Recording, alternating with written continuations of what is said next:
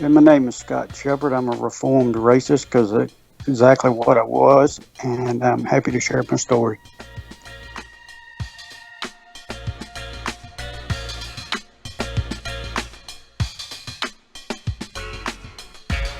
I was born and raised in Indianola, Mississippi. It's actually the home of B.B. King, and Mm, spent most of my years in Mississippi and Tennessee, actually Memphis. you do sound like you do have more of a Tennessee accent. I will say that. Don't don't hold it against me, please. No, I won't. But I will say that most people don't know the difference, and I'm like, no, there's actually a difference of the accents between states. Um, Actually, Mississippi's got two accents: a Mississippi accent and a Mississippi Delta accent. yes, that would make sense. Yep. Are you from is the city you're from in the northern part of Mississippi? Actually, it's in the central part of Okay. the state. Do you come? I've only been I'm sorry. to. Oh, No, go sorry. ahead. I was just going to say I've been to Tupelo, where I will say it again because I think I've said it before. The nicest Starbucks I have seen in this nation is located in Tupelo, Mississippi. Just throwing that Tupelo's out not there, really people. far from me. Of course, where I'm at now, I'm in South Haven, Mississippi. And Tupelo is not, but maybe an hour and a half from me. So I know exactly where I spend a lot of time in Tupelo. Ah, it is Shireen, is Tupelo beautiful. where? Am I mixing up my information? Is that where Elvis is from? Elvis's Exactly. birth home was there. See, Yeah. okay, okay. See, I knew that. Good job. Good job. And the only reason why I would end up in Tupelo, let's be real, because it's a pretty small town otherwise. I'm fortunate. I get to pass Graceland probably maybe once, two, three times a week. So, Oh, is it safe to Right down it. assume that you've been to Graceland?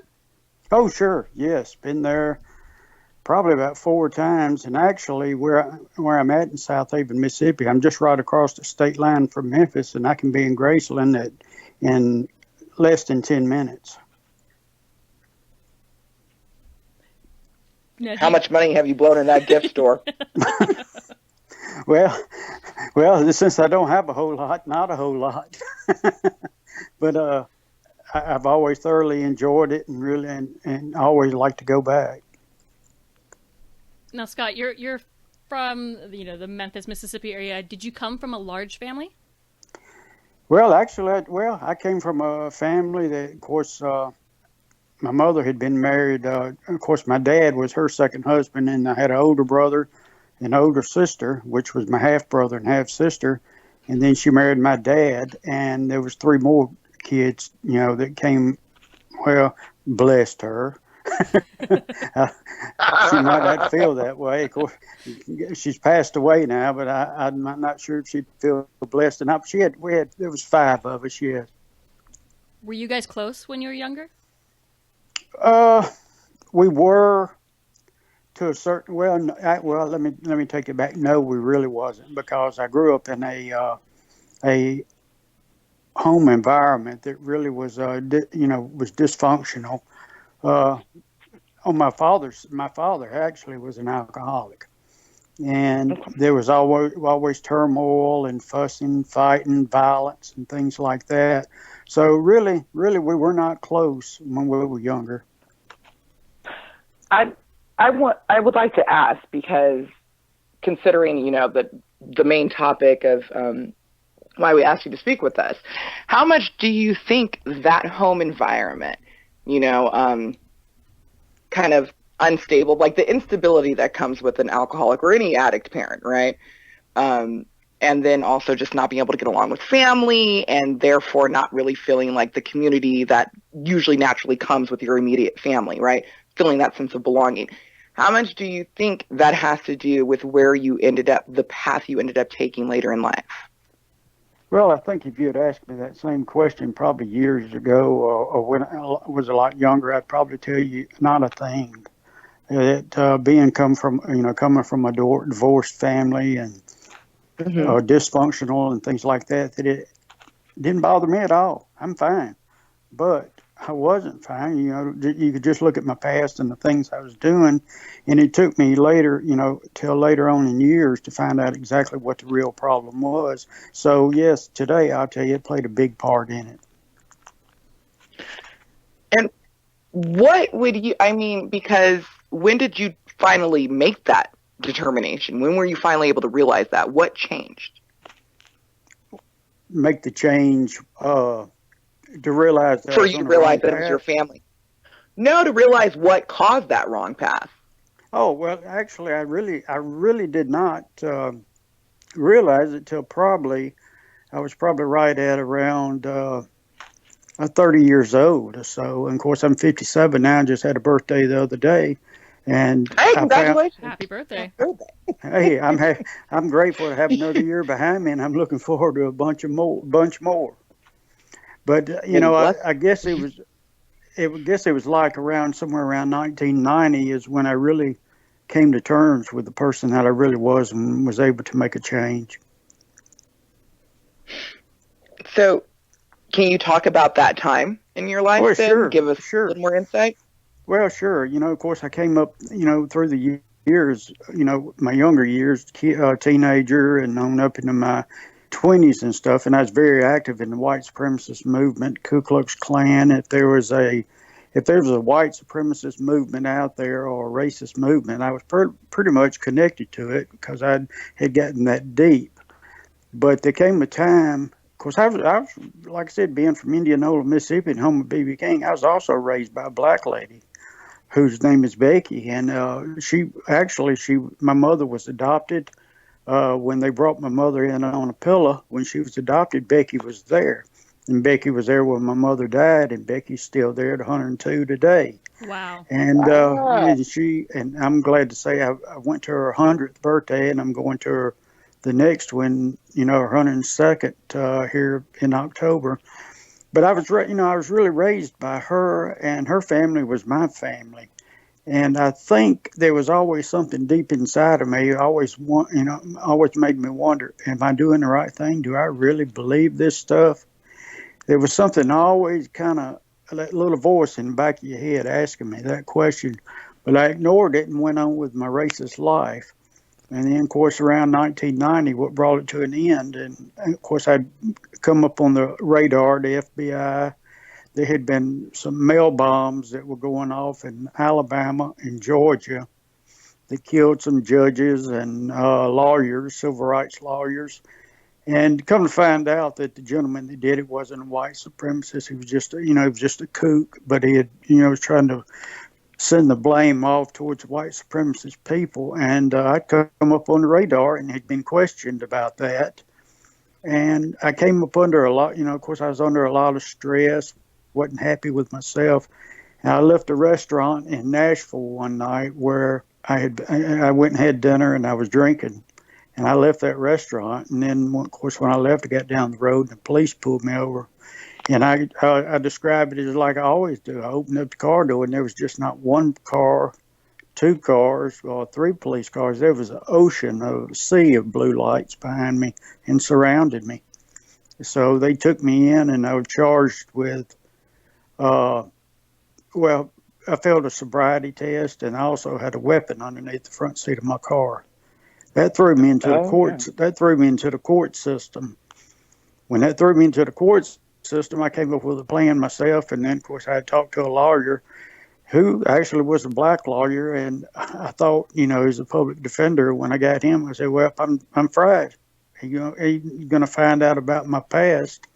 He's not going to defend me, but he did, and we're still friends today." But that, like I said, threw me into the court system. I came over with a plan. I said, well, I'm going to pull one of the oldest tricks in the book. I'm going to go to an alcohol and drug treatment center, get my paperwork, and take it back to the judge and hand it to him and get these charges dropped. And after he dropped his charges, go on with my racist life. Well, I was fooled. I didn't realize when I went in that treatment center in Nashville, Tennessee, that I was going in one person and coming out another. Okay. Okay. So it was the ha ha joke's on you. Yeah, well, yes, it was. Right. I wasn't so smart after all. Of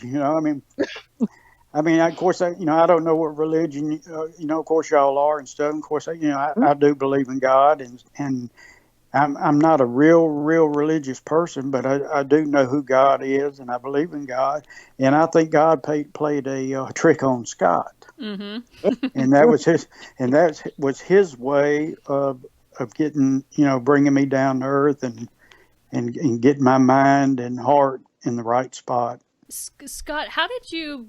I mean, I know it was surrounding you, but when you were younger, how did you? What was your introduction into white supremacy?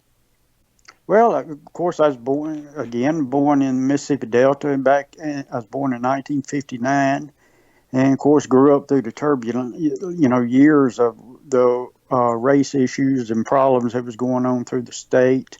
Mississippi was a hotbed of racial turmoil.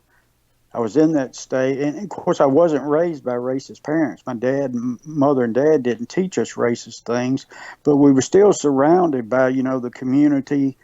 Well, I don't want to say the community because the whole community was not racist, but there was elements and people in that community that were, and definitely in the state.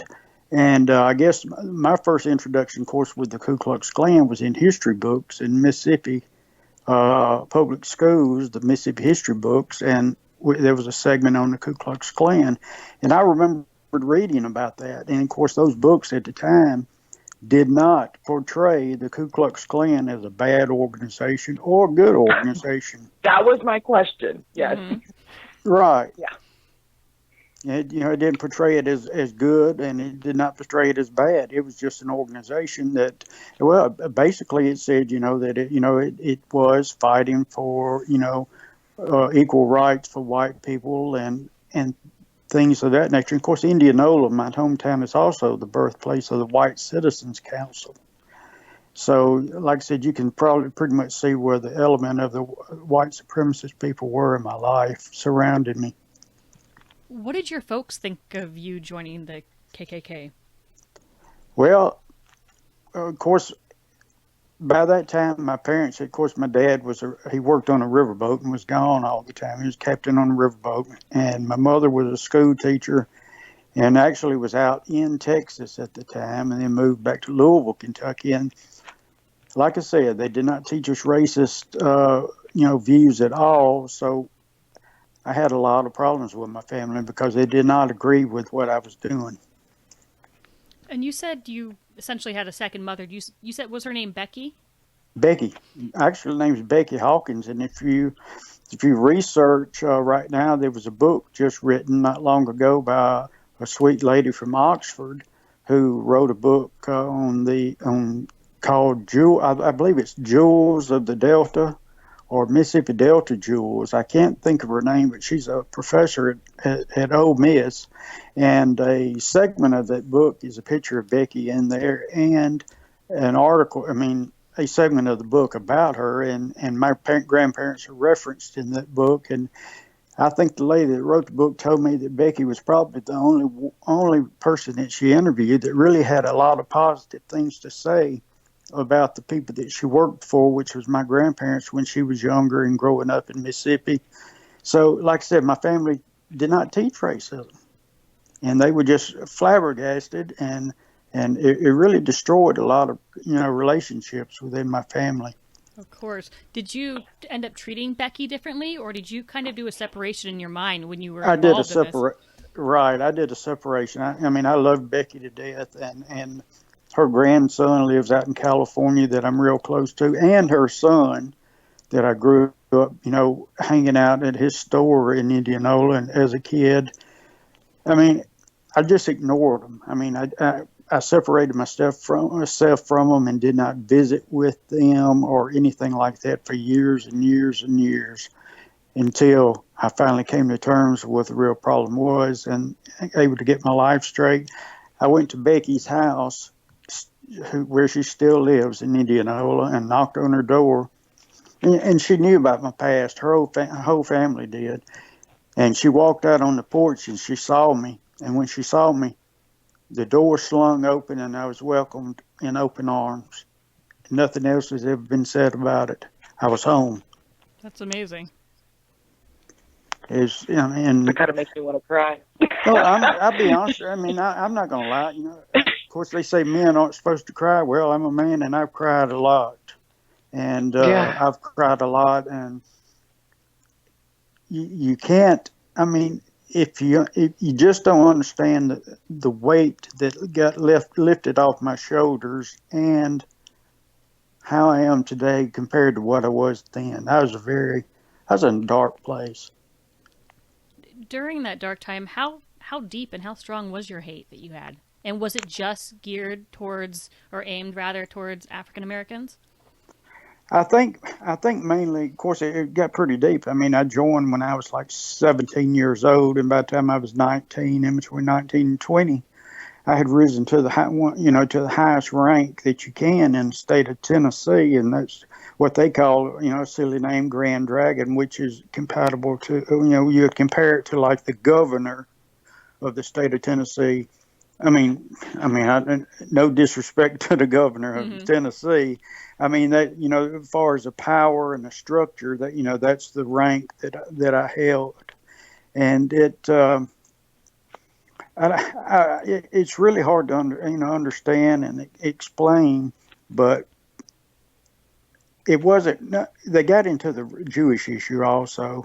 The Ku Klux Klan and other white supremacist groups are very anti-Jewish. I never got into that. I mean, I'll be honest with you, I really didn't understand it. I mean, it was around me, and don't get me wrong, I'm not trying to soften and make things look, less evil on myself, because I was right there with these people. I cheered them on. I said the things also. I'm just as guilty as they are. But, I really, did I believe in the anti-Jewish stuff? I don't think so. I was raised with Jews and Jewish people in Indianola and in the state of Mississippi. That really never crossed my mind. Honestly, I wanted to ask you, what exactly does Ku Klux Klan stand for? What does that mean? Well, it's an old term that came, of course, some of the symbols came from Scotland, and of course, Ku Klux. The the information about that, it describes a circle, Ku Klux, and it's hard to explain on the phone. A circle, and it pertains to the circle. Of course, white people, that they got their own identity, and that's exactly what it kind of stands for. Gotcha. So my only reference of the KKK is what I see, of course, what I read in books, but a lot of what I've seen on TV shows and what I've seen in movies. All I keep thinking of is burning crosses and people burning down houses, and just that's what I see from actually being somebody who was actually a part of that. Can you kind of walk us through what the actual experience was like, what it's like to be a member, and the kind of things you actually were a part of? Sure. I mean, basically, of course, when I entered, like I said, I was around 17 years old. Um, and of course, Rose, of course, went to Grand Dragon of the state of Tennessee. And at the same time, I was entering college, and I went to college. And after I got I'm a funeral director and embalmer. After I left college, I got out, and of course, I was still involved with all this, all the garbage. And the Klan has a problem trying to portray themselves in another image than what they really are. They want the public to think they're an upstanding uh, organization working for the betterment of the community and the state and things like that. When that's not true. And of course, I was one that, of course, I had to go to school and went to do my job every day and had to wear a suit and tie. So I and other people also were used as recruitment tools, for the public for the public image of the Klan, because we were considered professionals. Which, I mean, my job wasn't any better than anybody else's. I'd rather give my job to somebody and go elsewhere after I got into the funeral business. It was a terrible job, but I mean bad. But that's what they did. They used us as a recruitment tool. So far as and of course the political issues and running for office, we were also involved with that. But when it came to the violence and burning of crosses, sure, There were times I was involved with that. But when it came to like violence and beating of people, I was aware of it and found out about it, but I was not part of it because they have their own inner circle and they have the people that are. This inner circle is not known by the general membership of the Klan. They're used specifically for acts of violence. So if the law enforcement or someone got questioned them or arrested them or something like that, they couldn't they don't know who they are. They couldn't people couldn't spill the beans or anything like that. So that's basically how that inner circle worked. Wow. And would that inner circle, they wouldn't go to the same meetings or attend any of the same Oh, functions sure. as a Oh, group? no, no, no. They would go to the same meetings and things like that, but there also were separate meetings for the inner circle. Gotcha. And the inner circle, like I said, their membership was not known to the general membership as to who they were or what they were a part of and what they involved in. So would you say that the portrayal that often is in media of the KKK, would you say it's pretty spot on? Oh yes, I would. Yeah, of course, if you remember the movie Mississippi Burning of the three civil rights workers down in uh, Philadelphia, Mississippi, that movie was portrayed and based on those civil rights workers. It was dead on. It was dead on, perfect.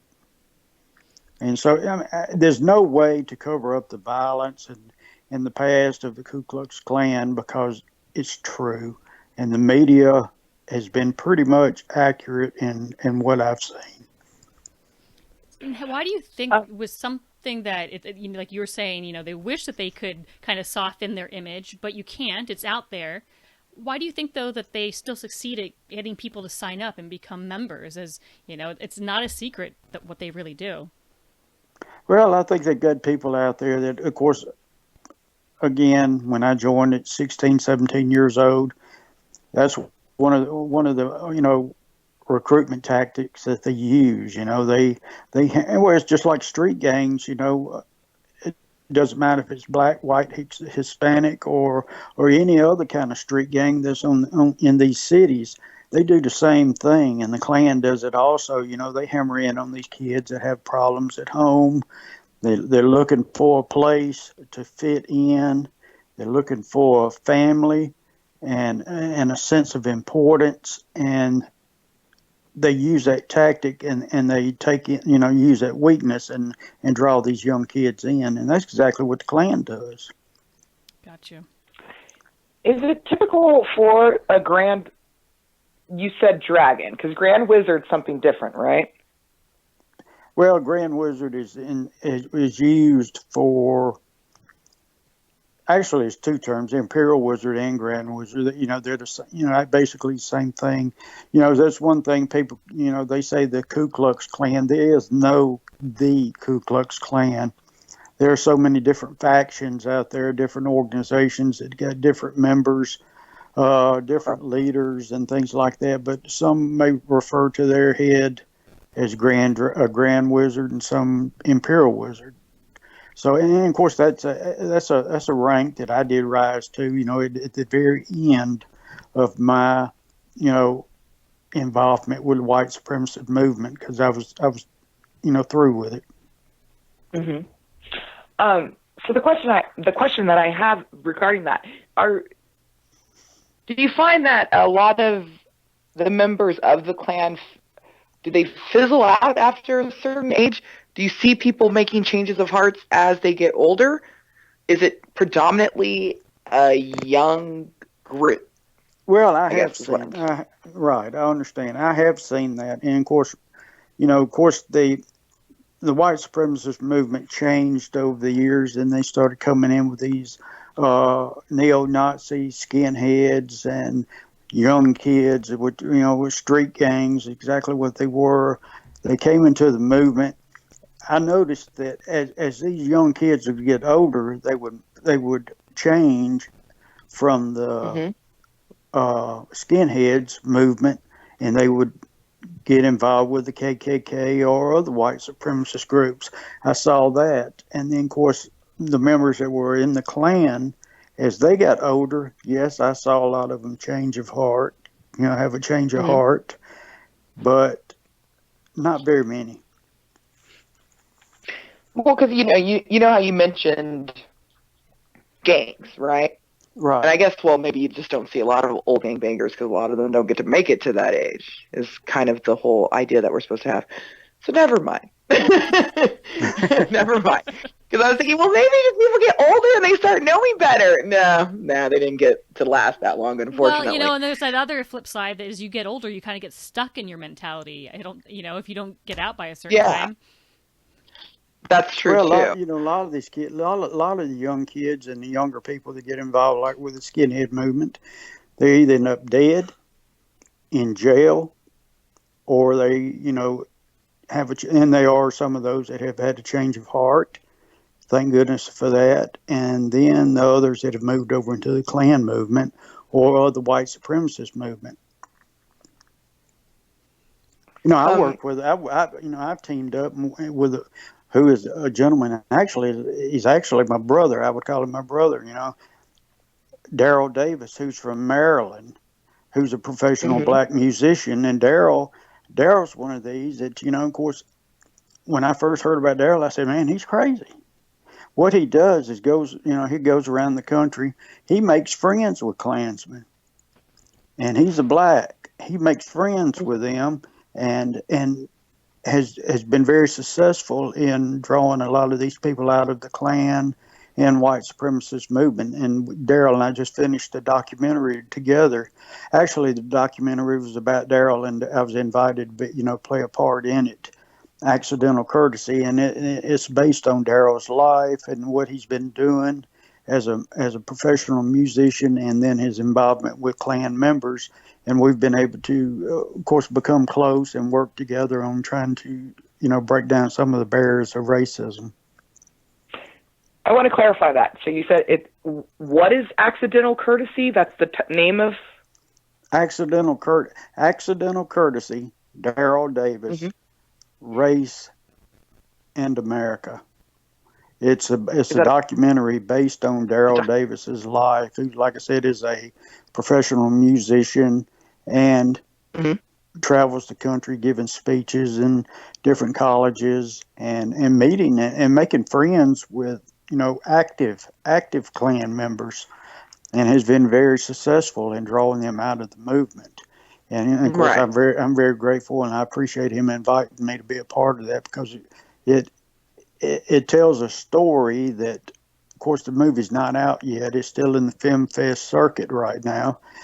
Already won 3 awards that I know of. So it's going to be a good movie, and I think he'll do well, when he hits the theaters. Okay. And I also wanted to clarify the other book that you were speaking about. I think it's called Delta Jewels in Search of My Grandmother's Wisdom by Alicia Burton Steele. Oh, that's Does it. that sound That's right? it. Miss Burton. That's it. Okay. That's the book. Yes. And there's a segment. There's a segment in there, like I said, that has Becky. Well, her name's Rebecca. Rebecca Hawkins, Rebecca Scott Hawkins, and there's a segment in there where she, discusses, her life, and then of course my grandparents. And there's a lot of things that I learned from her that I didn't even know. My grandparents. I figured my grandparents was total racist like everybody else. The older generation, but I learned a lot about my own family. That and kind of getting back to family, that is a question. Apparently, I accidentally muted myself, so I was trying to ask questions and wondering why you guys were speaking over me. Kind of going back. Mm. um, One of the questions I have, because what I find, have you ever seen the movie American History X, Scott? Yes, sure have. Okay. The And neo-Nazis, very, very moving movie. Yes, yeah, you're right. With Edward, oh, I can't think what of is his that name. dude? Edward I Norton. saw him the Edward other Norton. night in the movie. There you go. So, one of the scenes kind of just shows like he's, still a teenager, and his young brother and the sister are there, and the mom, and the dad just kind of randomly starts saying things that at first they're like, okay, I mean, oh, that's kind of weird, Dad. Oh, it was like something about how the teacher wanted them to read a book, and it was an African American author. And then the dad just kind of came out of there like, oh, no, I can't believe they have you reading this crap, and they're trying to push an agenda. I think something along those lines. And I I think the point was, this is not someone who would actively call his father a racist. But that's because when you're at a dinner table and you're a white family, there's no referee, right? Like, Exactly. Right. Right. no one Right. to say, super insensitive. And Right. so, looking back, when you say my parents weren't racist, I'm not at all trying to accuse your parents of being racist. Sure. But were there situations ever where, looking back, you're like, yeah, that might have been insensitive. Okay, maybe, like, were you picking up on things that you didn't realize you were picking up on from your family? Of course, be honest with you, I can't say there wasn't. I mean, I don't recall it. And then there possibly was, and hey, there probably was. I can't recall it. But at the same time, it actually with my dad, it was a little bit of the opposite. My dad worked for a company in the area, and this company employed a huge African American people that worked for them, and out of the community. And my dad was real close to them. And I remember, it was slack that my dad took for being real close to them and things like that. And I think I may have rebelled against my dad in a certain extent because I was listening to these other wackos. Mm-hmm. Does that make sense? No, of course. I mean, if when we talk about the fact that you weren't necessarily happy at home, and you're going to have reasons to rebel against your parents in general as a teenager, but sometimes some parents give us more reasons to rebel, and it makes absolute sense to just be like, oh, is this something that would make you unhappy? Yeah, I could do that. I don't even care if it makes sense. I remember once I told my dad I was going to go to a Greek Orthodox church just to spite him because I feel like, exactly. Well, I'm still going to church. Right. But I know it's not the church you want me to go to, and so, we come up with weird reasons how to get back at our parents, of course. I completely understand that. And I think that, of course, was part of it, of course, with him. I did do a lot of things to try to get back at him. And, I'll be honest with you. And I said, actually, he quoted me in the documentary I did with Daryl Davis. Some of the things that I saw when I was a kid, I mean, growing up from before I was in elementary school and before I was in kindergarten and then up through those years and stuff, I'll be honest, some of the things that I saw would instill PTSD in a fighting soldier. Mm-hmm. And I'll be the first to admit, yeah, I've had to have some therapy over it because it was detrimental. And all these things combined, I mean, it was really sad, and all these things combined, I mean, it destroyed my family. I can understand that. Yeah. No, and that's kind of, I think, what would make the difference. The people who are lucky enough, because, one, to clarify, I don't believe PTSD is just for people on a battlefield. There's plenty of people walking around with the exact same symptoms. Sure. And I hope they recognize it and get the treatment accordingly. But these sort of things, and I've been fortunate. Like, I will tell people, I'm like, I suffer from PTSD. So there are certain things that will set me off, and it will not be a healthy way of thinking. If somebody starts yelling at me, hands down, I'm plotting your murder. I am being quiet because I'm plotting your murder. And I understand. And I totally understand where you're coming from, yes.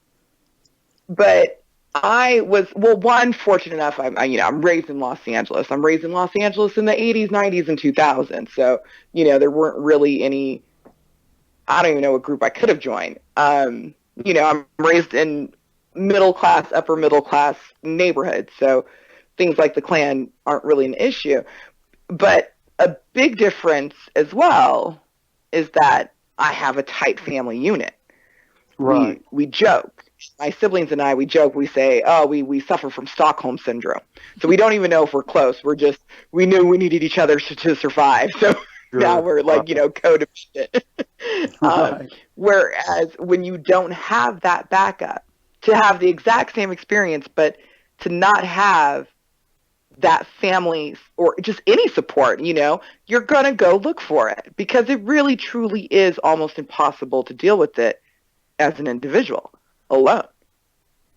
And Exactly right, and that's one of the that's one of. I mean, when people ask me, Scott, okay, why did you get involved with the white supremacist movement, or what drove you in that direction? I can go into all the other things that I've talked to you all about today, but the main thing is really it, there was something missing within myself. There was a void within myself. I was looking for a place of belonging. I was looking for a family. I didn't like myself. I didn't like anybody. I didn't like anyone. And I was looking for a place to fit in and something that made me feel good. And I found it with these hate groups. of course, because you have this group saying, here, all you have to do is show up, and already we're going to tell you that you're better than all of these people just Mm-hmm. based on the color of your skin. Hi, look who you're better than. You can walk down the street, and there you go. You're good Right. enough because you're not that guy. And they're your And, family. They're your family. That's what they tell you. We are your family. We'll help you. We'll get you, help you get through life and guide you. And yeah, they did. They did guide me. All right, they guided me down the wrong road. one of the main questions I would have now, having, and luckily you found a way out, but okay, as a female of color, but having been raised around a lot of white people, I have had to over the years kind of, I still don't know if I know how to do it, but I'm always curious how to call someone out on their racially insensitive things, because I don't think it is very well, I can't think of the word right now, sorry, after work brain, but I don't think it's going to accomplish much if I just call someone out and be like, that's racist, and then just yell at them. Like, there's been examples of, some woman uh, lost her shit, pardon my French, at a guy, at a white male who had dreads. And she was just screaming at him, cultural appropriation, and I think it turned physical. And I was like, all you've done is made this man mad at you, and now open the door for him to be mad at any person of color who has an issue with something he says. Like, he's not going Right. to be approachable. Um, so, like, just trying to find that balance. But I may not be able to get through to someone as extreme as, yeah, I'm in the Klan, but I do hear, and I gotta say, especially white males, the bigger problem being white males, the males, should I say? But having been there, having been in the extreme, what would you tell someone who is trying to just say, like, hey, have you ever considered what you're saying is not okay? Like, how should we be approaching people if we do encounter them Sure. to be part of the reform? Right. And of course, I've been around people, and of course, not with my immediate family. Most of my immediate family's passed on, and they live in different areas. But there have been members of my family, extended family, and of course friends and things like that. They do harbor these, still harbor the hardcore racist attitude. And do I approach them when they sound off about it in front of me and stuff? And of course, a lot of them know where I stand today. When they sound off in front of me, do I engage myself with them in a hostile or with an angry tone? No, I never go that direction because I figure it's just going to cause more conflict, more anger, and we're going to end up into a fight and things like that. I'll try to engage him into to a conversation and ask him, why do you feel this way, and why? I mean, why? And I think that's really one of the biggest issues that we have in this country. And of course, and again, I don't mean to refer back to Daryl Davis so much, but his Hmm? main question was, how can you hate me if you never met me or if you don't know me? And Right. that's the most important question. Why are you saying these things about people you don't even know? Sit. And the best way to find out and know someone is to get up and walk across the room, sit down with them, talk to them, and ask, on a friendly basis. And not my quote, Daryl Davis's quote again. You're not fighting if you're talking, and it's the truth. And find out exactly what it is that makes them feel that way, and just try and discuss it in a calm, friendly manner, and hopefully they'll listen to you. And that's basically what the point is. You listen to them and they listen to you, and we can make progress and move forward, and try to get away from this you know awful illness and disease of racism. Do you find though that that works when you approach people Oh and yeah, try to have sure. And I hate to I'm sorry, I didn't no, mean to no, interrupt you. go ahead. Yes, and like I said, with Daryl Davis, and his success, he one of the most I guess stands out. One of the gentlemen that he talked to and became friends with was a Klansman, high-ranking Klansman, and he wore the robe and hood, but his day job was a police officer. Oh, that's And scary. yes, it is, and it's not uncommon. But he became friends with this gentleman, and then of course Daryl ended up owning his robe and hood because he talked to the gentleman. They became friends, and he's able to have a change of heart, and became good friends with Daryl. And Daryl is planning on taking some of these items, robes and flags and things like that, and putting them in kind of like a museum, a educational museum, you know so that hopefully we can learn from the mistakes by others. But that's one gentleman that really stands out. It's always surprising me because I do agree completely with you that it's just sometimes it's the simple thing of just sitting down and having conversation, but it also shocks me when people actually could be so hateful or so extreme, and yet once you sit down and talk to them, they are willing to open up, they are willing to listen. I mean, we went back 25 years. Yes, Shireen and I would probably be too young to really be having an adult conversation, but I doubt the three of us would be able to talk to each other 25 years ago. Well, that's true. And of course, Daryl, this our movie made it to Texas to the SX Film Fest, and of course won an award there. And we went there for the world premiere of it, and we were there, and we were talking, and it's true. Of course, you go into any cafeteria or business or office building that has a cafeteria that has multiracial people in it, you will. I mean, not that there's anything bad about it, not that they're trying to make anything bad about it. You'll see, African Americans sitting to their self or with each other. You'll see whites, other races, and things like that. It's kind of like a common thing. They just you just feel comfortable with the people like yourself that you understand and know. That's why I said get up and walk across the room and sit down with these people and get to know them. Mm-hmm. And then hopefully, and sooner or later, these uh, segregated groups of people are not going to be separate anymore. You're going to be sitting together. And that's one of the things that really helped me in this alcohol drug treatment center that I went to when I got in trouble.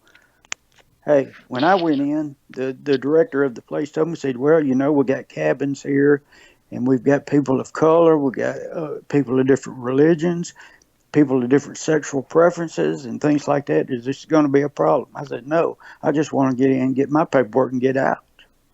But I got in, and I sat down with all these different people, and we had intimate conversations with each other about our lives, our experiences, and things like that, and got to know them. And I found out, these people aren't any different than I am.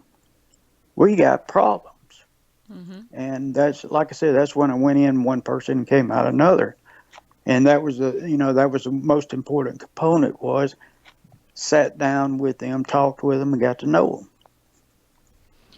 I saw on your website that just a couple years back you had made, I believe, your first trip to the Civil Rights Museum.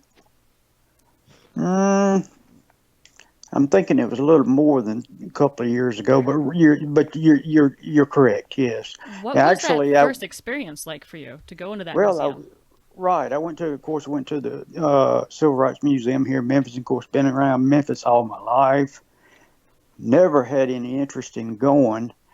I went in there and I learned so much, and I was overwhelmed actually with emotions, and went in, and I really didn't want to leave because there was so much to see, and I was just really overwhelmed with emotions and wanting to find out more. And so actually, I think it was like a week later, I went back and went through it, and then of course I try to go back because every time you go in the place, you learn something. At least I do. And of course, I went in, and it was really I saw displays. There was a display of a Klan robe and hood in a glass encased compartment, for display in the museum, and I really felt nauseated and sick to my stomach because I knew I had been part of that, and it was really a learning experience that you can't pay enough money to get. You just walk in, and again, I was able to take a cold hard look at myself and realize what I had done and learn from it. Most people can't look in the mirror like that at themselves. Do you find yourself struggling, or did you struggle with forgiving yourself? Oh, definitely, definitely. I mean, I'll be honest with you, like it destroyed me. Uh, I almost died. Uh, it. I ended up. I tell you, I ended up sick in around 2008, 2007, 2008. Ended up in the hospital, and of course, I went to the hospital, and they ran a scope down my throat and all that, and they said your stomach's just loaded with stomach ulcers. I have Oh no no. doubt. I had no doubt. I had no doubt what caused those stomach ulcers, and it was the secrets that I held within myself. It was the guilt, and probably the years of anger and things like that that I had, that I had within myself. Well, I ended up having to have, like three-fourths of my stomach removed, Wow. and then that, of course, that was 2008. They had to do another surgery like 6 months later. 2010, I ended up again in the hospital, and that's when I almost died. And my 4 or 5 day hospital stay turned into about 8 weeks. And I left that hospital, and I had a lot of time to think, and I said, I don't want to leave this world and people look at me or think of me and think I'm the same person that I was years and years ago. I, and my sister, who had passed away with cancer in 2005, we had discussed this also. She said, Scott, do you regret what you've done? Yes, very much so. Well, you can take that and help people. And she was correct, right.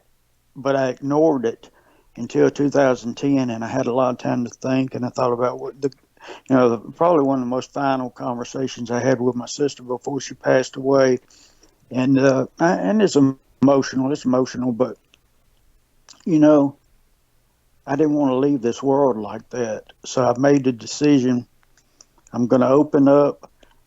Everybody knows about my past anyway, but I'm going to hopefully try to change and make a difference in this world. And probably the blog that I kind of use as a website that I use is what I did. And I hit the submit button to publish it. And once you do that, it's out there. Mm-hmm. And I was scared to death. I was scared to death. But I was really surprised at the people that opened their arms up to me, and it's been really grateful. I've been really grateful. How did your former friends in the KKK react to your change of heart? Well, actually, when I left, I did exactly what I said. I left. I don't communicate with them, and never, I didn't communicate with them anymore.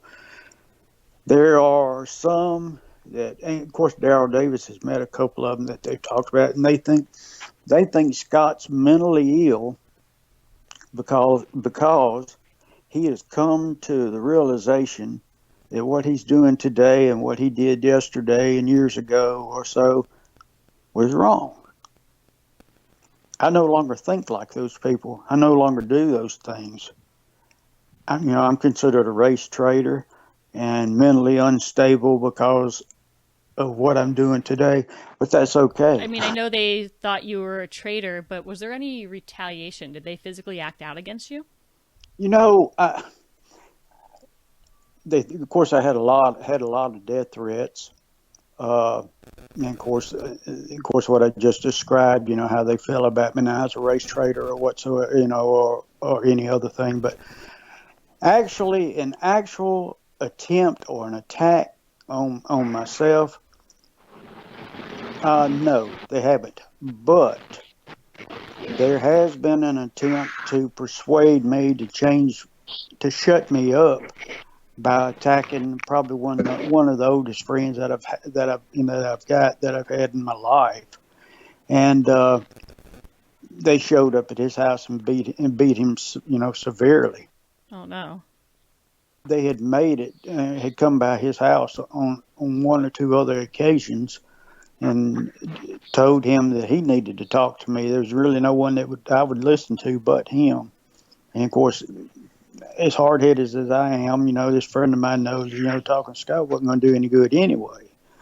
But yeah, he took a beating, because of me. But that's, other than the threats and the death threats, that's all that's actually, materialized. So, because one of the things, like in obviously in the recent news with another mass shooting out there, um, and there's lots of things going about. So when you're talking about tolerance and you want people who hate a certain people for no good reason, I mean, you know, what what do you recommend to those of us who want to start the conversation, or what can we do? Just what suggestions do you have to Well, get? of course, I'll be honest with you. You used the term tolerance. I'll be honest with you. I don't like the word tolerance. We shouldn't Okay, have to yeah, tolerate anybody, or anybody shouldn't have to tolerate us. I mean, the word I like and the word I try to use is acceptance. And of yes, course, we've yeah, heard so much, about the shooting in Orlando, that it could have been a terrorist plot or it could have been a hate crime.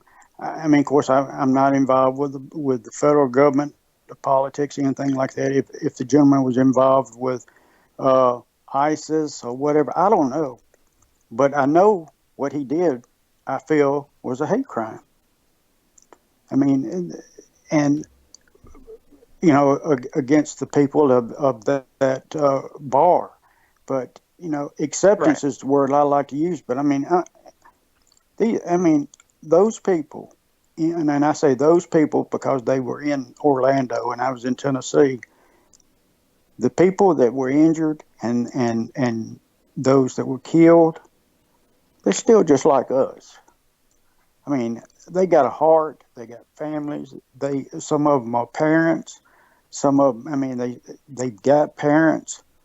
This I don't like to label anybody really gay and I be honest with you, I was talking, and I have a lovely friend that I grew up with in Texas, and we've corresponded about this, and we had been talking about this, and I told her I don't like the word label because labeling someone gay or non-gay, we, we all got a heart, we bleed right, red, and we love people, and people love us. it's really a sad situation, when it comes to that. It is absolutely sad, and it is true. We're all human. And Although and I you're a and better again person. and again, I'm saying this today. Have I ever criticized people of different sexual preferences? Yes. Have I Right. ever made fun of them? Yes. Have I ever harassed them? Yes. But that was another person. Today, they're no different than me, and I'm no different than them. They just, they have something going on in their life, and I have something going on mine that, you know, is totally different. But so what? We're not made to be just alike. And it really bothers me, when they label them gay and non-gay, and it's a bad situation. I mean, and I'm at loss for words because that's really a sad situation that's going on in Orlando right now. Scott, I agree with so much of what you just said, and I think a little more what Stream was trying to get at is, you're of a more progressive mind. You, whether it's strength or or God, you were able to change your way of thinking. A lot of people can't, and a lot of us, we want to be able to have talks with people. Like I had said earlier, your old self probably would not have sat down and spoke to myself or Shireen.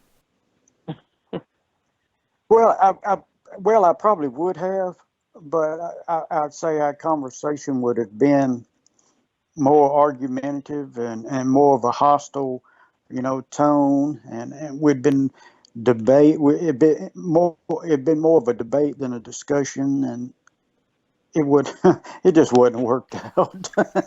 But wanting to have hope that, if we could get in a time machine and go back in time and talk to you, knowing what you know now and with your changed perspective, do you have any insight of how we might have been able to talk to the old you, or how we could talk to people nowadays that are filled with hate?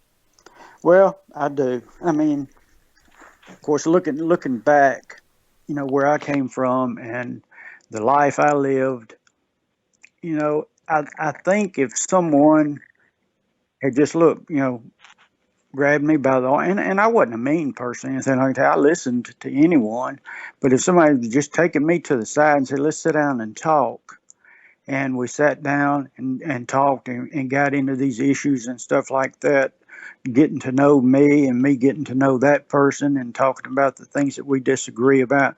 I think I probably would have started thinking about it a lot earlier in life, and what I was really doing, and what was going on, because I hurt a lot of people just by words, and I lost uh, a relationship with my daughter, who's 34 years old now, is a doctor in Oxford, Mississippi.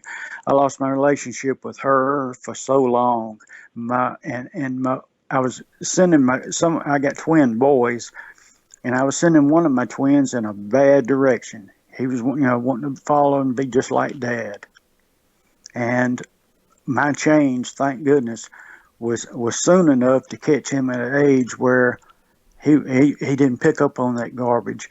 But I think just basically grabbing someone, sitting them down, and just discussing these things in a like Daryl Davis, it says, when you're talking, you're not fighting, and just never give up, never give up. And I think that's the root of the whole thing. Talk, get to know someone, never give up. Was that the basis Think then of your relationship with, I believe you said, the public defender that you'd had that was African American? Well, yes, actually, I had one that I had in Nashville, but there's also one in Memphis. Let me tell you, I gave him more headaches than you could think of, because and like I said, he was African American, and he knew my background and knew what I was involved with, but he defended me to the core. And like I said, did I learn? No, I got in more trouble and called him, but he was the one I called.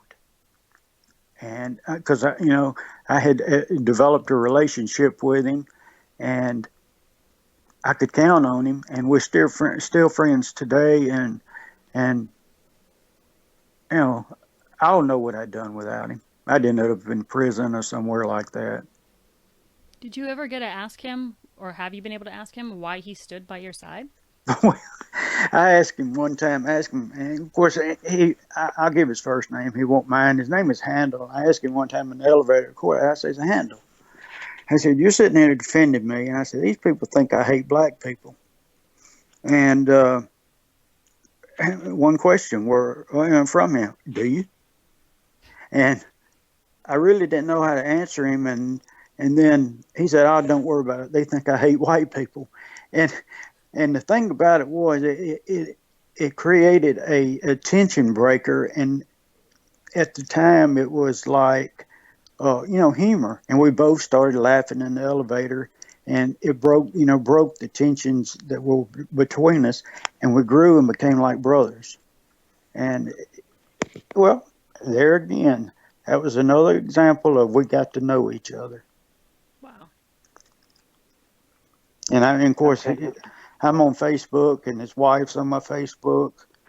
He's not as a lawyer, I guess he gets so much, he's just not on there. But he gets my messages back and forth, and we're still in touch. I mean, a topic like this, I'm sure we could try to talk to you for 10 million hours. It's kind of like our last guest. We were talking about religion, and I was like, I could do this all day, but I don't. Well, I tell you, I know y'all got a time restraint. I know, but I mean, it's like this. The issue of race and racial problems in this country has become a taboo subject. Nobody wants to talk about it. They want to ignore it and act like it's not a problem. Well, I'm sorry, folks, but there is a problem because Scott Shepherd was part of the problem. It's out there, and it's not going to go away until we all make an effort to sit down and talk and try to come to a conclusion where we all can live in this world, this country, and this world happy and as brother and sister. But I'm sorry, folks, don't ignore it because it's there. We got to find a way.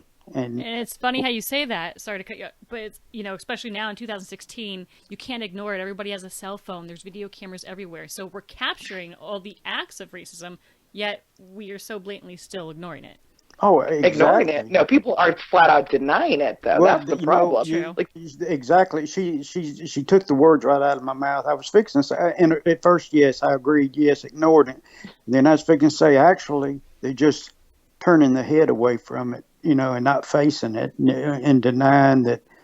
Well, like she said, deny. I was going to say, just turn their back on it. Didn't want to, just didn't want to face that there was a real problem. And that's exactly what that is part of the problem itself, denial. I met this guy, and he's from Georgia, but we were trying to weed this area. And he's like, oh, man, maybe I should wear some gloves. My hands are going to start looking like slave hands.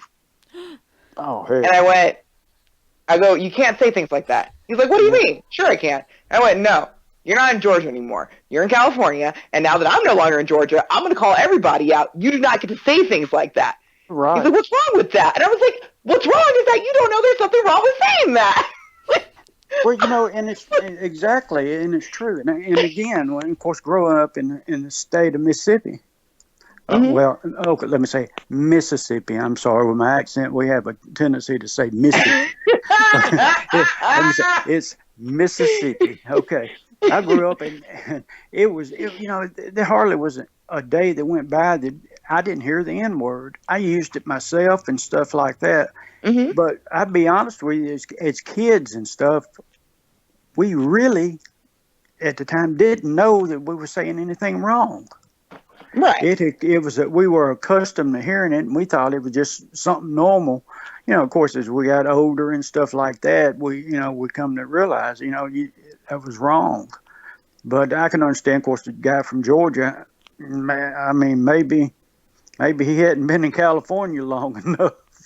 To get some of the Georgia out of him. But no, he sure had it. It was only 2 weeks, but that was the whole point. I told him because later on he's like, it hurts my feelings that you think I'm a racist. And I was like, oh, sweetheart, I don't think that you're racist. Like, I don't think you actually look at black people and think you don't like them. I think that you're racially insensitive. And that's Right, the problem right, because exactly. I don't think you are discriminating against people based on their race. I just think you're saying shit that's going to piss us off. Right. That's huge difference. Huge difference. And he and he may not even realize it, but that's exactly what he was doing. Exactly. And that's one of the things that I try to do when I discuss racism and I'm trying to discuss, opening the conversation up. It's like, first of all, let's not come at people. Like, when I call someone a racist, it's usually a joke. Like, I remember once I was in New York visiting my friend and I just kept saying, like, that's racist. And then finally she was like, no, it's not. I was like, I know, I was just seeing what I can get away with. But but I will say something. I want to clarify the difference between racism and racial insensitivity.